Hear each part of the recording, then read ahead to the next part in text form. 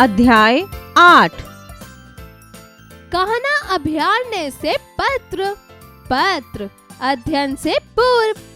कक्षा में उपरोक्त चित्र को दिखाकर शिक्षक शिक्षिका बच्चों से अभ्यारण्य के संबंध में विभिन्न प्रकार के प्रश्नों को पूछें और उनका ज्ञानवर्धन करें। शिक्षक शिक्षिका द्वारा कक्षा में बच्चों को भारत के विभिन्न अभयारण्य की स्थिति को भारतीय मानचित्र के द्वारा समझाया जाए, ताकि बच्चों को मानचित्र के ज्ञान के साथ साथ राज्यों में स्थित विभिन्न अभयारण्य के संबंध में पता चल सके। निबंध का मूल तत्व। इस पत्र के माध्यम से अभयारण्य के संबंध में विस्तार पूर्वक बताया गया है। वन्य प्राणियों की एक अलग दुनिया होती है जिसमें वे सुखमय जीवन बिताते हैं। 25 जवाहर मार्ग, मंडला, दिनांक 28 जून 2022। प्रिय सुलक्षणा, शुभाशीष, हम आज ही कान्हा अभयारण्य देखकर लौटे हैं। वहाँ के मनोरम दृश्य अभी तक मेरी आंखों के सामने घूम रहे हैं। प्राचीन काल में ऋषि मुनियों के आश्रमों में वन्य जीवन निर्भीक होकर विचरण करते थे। उन्हें ना कोई सताता था और ना कोई मारता था। कान्हा में भी कुछ कुछ ऐसा ही दृश्य दिखाई देता है। यहाँ विभिन्न वन्य पशु पक्षी निडर होकर अपना जीवन सहज रूप से बिताते हैं। अब तुम जानना चाहोगी कि यह कान्हा आखिर है कहाँ। जबलपुर तक तो तुम आ ही चुकी हो। वहाँ से कान्हा केवल 160 किलोमीटर ही दूर है। जबलपुर से मंडला होती हुई चिरई डोंगरी तक बढ़िया पक्की सड़क है। वहाँ से लगभग 1 घंटे में कान्हा पहुँचा जा सकता है। कान्हा की वन्य स्थली रंग बिरंगे फूलों से सजी तथा घने वृक्षों से भरी हुई है। इसने मेरा मन मोह लिया है। यहाँ सागवान, साल, तेंदू, केर, पलाश आदि के अनगिनत पेड़ हैं। यहाँ पूरा साल हरियाली बनी रहती है। यह पूरी वन्य स्थली 950 वर्ग किलोमीटर में फैली हुई है। इसे कांटेदार तारों से घेरा गया है। यहाँ ठहरने का बहुत अच्छा प्रबंध है। प्रवेश द्वार ही एक डाक बंगला है। कान्हा में प्रवेश के लिए हमने मंडला के वन विभाग के पास बनवा लिए थे। यहाँ वन्य जीवन की शोभा देखते बनती है। कहीं हवा की गति से भागने वाले चंचल हिरणों का झुंड दिखाई दे जाता है, तो कहीं कहीं 12 सिंघे दिखाई देते हैं। छोटे छोटे सिंगों वाली नीलगाय देखकर मन प्रसन्न हो गया। तालाब की और रीछ भी दिखाई दिए। पहाड़ी इलाके की ओर बढ़ने पर सांभर मिल गए। विशाल शरीर वाले मोटे तगड़े भैंसे भी यहाँ दिखे। बगीचे में चीतल भी देखने को मिले। झुंडे में ये वृक्षों के नीचे आराम करते मिल जाते हैं। और फिर देखा वनराज सिंह। इसे यहाँ खुले रूप में रखा जाता है। हम लोगों ने उसे एक जीप में बैठकर देखा। उसने एक दहाड़ मारी तो सारा जंगल कांप उठा। यहाँ हमने हाथी की सवारी का आनंद भी लिया। जब हम हाथी पर थे तब एक बाघ सामने से तेजी से निकल गया। उसमें गजब की फुर्ती थी। यहाँ के पक्षियों की गिनती करना असंभव है। अपने पंख फैलाकर नाचता मोर देखकर मेरा मन भी नाच उठा। हमने बताया गया कि शीतकाल में इन पक्षियों की संख्या बहुत बढ़ जाती है और इन दिनों दूर दूर से पक्षी यहाँ आते हैं। यहाँ का मौसम बहुत सुहावना रहता है। यहाँ की व्यवस्था भी बहुत अच्छी है। अगले वर्ष तुम भी कान्हा देखने जरूर जाना। तुम्हारा बड़ा भैया अमृतांशु।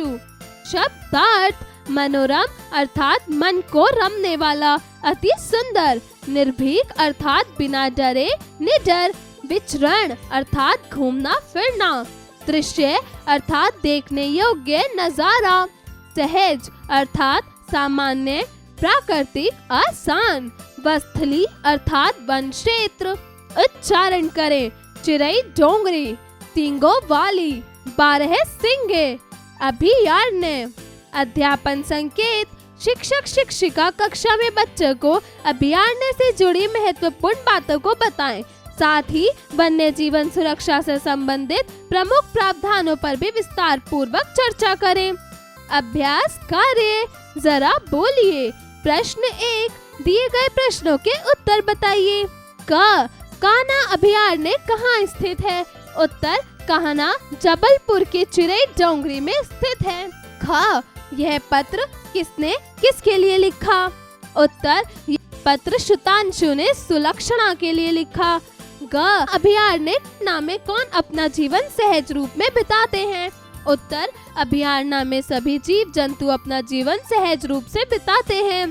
घ लेखक ने समूचे वन्य स्थली को कितने क्षेत्र में फैला बताया है? उत्तर, 950 वर्ग किलोमीटर में समूचा वन्य स्थली क्षेत्र फैला हुआ है। जरा लिखिए। प्रश्न 2, दिए गए प्रश्नों के उत्तर लिखिए। क कान्हा अभयारण्य की अवस्थिति को विस्तार पूर्वक लिखिए। उत्तर, कान्हा अभयारण्य की स्थिति बहुत ही मनोरम है। यह सभी वन्य जीवन अपना जीवन सहज और निडरता से बिताते हैं। यह की वन्य स्थली रंग बिरंगे फूलों और घने वृक्षों से भरी है। 950 वर्ग किलोमीटर में बनी यह वन्य स्थली में साल भर हरियाली बनी रहती है। ख लेखक ने अभयारण्य में ठहरने हेतु किस प्रकार का प्रबंध किया था? उत्तर, लेखक ने अभयारण्य में ठहरने के लिए डाक बंगले का प्रबंध किया था। ग कान्हा अभयारण्य में कौन कौन से जानवर देखने को मिले? उत्तर, अभयारण्य में हिरणों के झुंड, नीलगाय, बारहसिंघा, सांभर, जंगली भैंसे, चीतल, हाथी, बाघ और कई तरह के पक्षी देखने को मिले। घ कान्हा वन्य स्थली में सजे पेड़ पौधों के नाम लिखिए। उत्तर, कान्हा वन्य स्थली में सागवान, साल, तेंदू, केर, पलाश आदि के अनगिनत पेड़ देखने को मिले। प्रश्न 3, सही कथन पर सही और गलत कथन पर गलत का चिन्ह लगाइए। क प्राचीन काल में ऋषि मुनियों के आश्रम में वन्य जीव निर्भीक होकर विचरण करते हैं। उत्तर, सही। ख जबलपुर से कान्हा 260 किलोमीटर दूर है। उत्तर, गलत। ग कान्हा अभयारण्य को कांटेदार तारों से घेरा गया है। उत्तर, सही। ग अगले वर्ष तुम जबलपुर जरूर आना। उत्तर, सही। ड़ यहाँ वन्य जीवों की शोभा देखते ही बनती है। उत्तर, सही। जरा सोचिए। प्रश्न 4, वन्य जीव अभयारण्य और राष्ट्रीय उद्यान में क्या अंतर है? सोच समझकर अपने शब्दों में लिखिए। जरा भाषा पर गौर कीजिए। प्रश्न 5, नीचे दिए गए शब्दों से वाक्य निर्माण कीजिए। क अभयारण्य। उत्तर, कान्हा अभयारण्य की स्थिति बहुत ही मनोरम है। ख जबलपुर। उत्तर, जबलपुर क्षेत्र भारत का हिस्सा है। ग वन्य स्थली। उत्तर, कान्हा अभयारण्य वन्य स्थली में सागवान, साल, तेंदू, केर, पलाश आदि के अनगिनत पेड़ हैं। घ मनोरम। उत्तर, कान्हा अभयारण्य की स्थिति बहुत ही मनोरम है। ड़ चीतल। उत्तर, भारत में चीतल जीव की संख्या बहुत कम होती जा रही है। प्रश्न 6, नीचे दिए गए वाक्यों में विराम चिन्हों का प्रयोग कर पुनः लिखिए। क रोको मत, जाने दो। उत्तर, रोको मत, जाने दो। ख विज्ञान वरदान या अभिशाप। उत्तर, विज्ञान वरदान या अभिशाप। ग वाह कितना सुंदर वृक्ष है। वाह कितना सुंदर वृक्ष है। घ राम, लक्ष्मण, भरत और शत्रुघ्न भाई थे। उत्तर, राम, लक्ष्मण, भरत और शत्रुघ्न भाई थे। प्रश्न 7, नीचे दिए गए वाक्यों में से अशुद्ध शब्दों पर गोला लगाइए। क दीपोत्सव का आयोजना एक सुखद बात है। उत्तर, आयोजना। ख पिताजी भ्रमर पर हरिद्वार गए हैं। उत्तर, भ्रमर। ग यदि परिश्रम करोगे तो उत्तीर्ण हो जाओगे।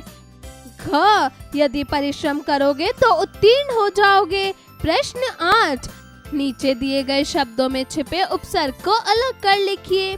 क आक्रमण। उत्तर, आ। ख अभिलाप। उत्तर, अभि। ग उत्कर्ष। उत्तर, उत। घ व्याकरण। उत्तर, व्यय। ड़ अधमरा। उत्तर, अध। च लापरवाह। उत्तर, ला। प्रश्न 9, नीचे दिए गए वाक्यों में प्रयुक्त समुच्चय बोधक शब्दों पर गोला लगाइए। क लक्ष्य और अमन गहरे मित्र हैं। उत्तर, और। ख तुम उत्तर दोगे या मैं दूं? उत्तर, या। ग समर मूर्ख है परंतु उसका भाई बुद्धिमान है। उत्तर, परंतु। घ सभी जानते हैं कि हमें समय का सदुपयोग करना चाहिए। उत्तर, सभी। ड़ मेहनत करो अन्यथा पछताओगे। उत्तर अन्यथा। प्रश्न 10, नीचे दिए मुहावरों का अर्थ लिखकर उनका वाक्य में प्रयोग कीजिए। क, आंखें बिछाना। उत्तर राह देखना। श्री राम के आने की अभिलाषा में भिलनी आंखें बिछाए बैठी रही। ख, आँच ना आने देना। उत्तर कोई तकलीफ ना देना। माता पिता अपने बच्चों पर कभी कोई आँच नहीं आने देते। ग, हवाई किले बनाना। उत्तर दूर की हाँकना। रमेश सभी के आगे विदेश जाने के लिए हवाई किले बनता रहता है। घ, हाथ पांव फूलना। घबरा जाना। परीक्षा परिणाम से पहले सोहन के हाथ पांव फूलने लग गए। जरा रचनात्मक कार्य कीजिए।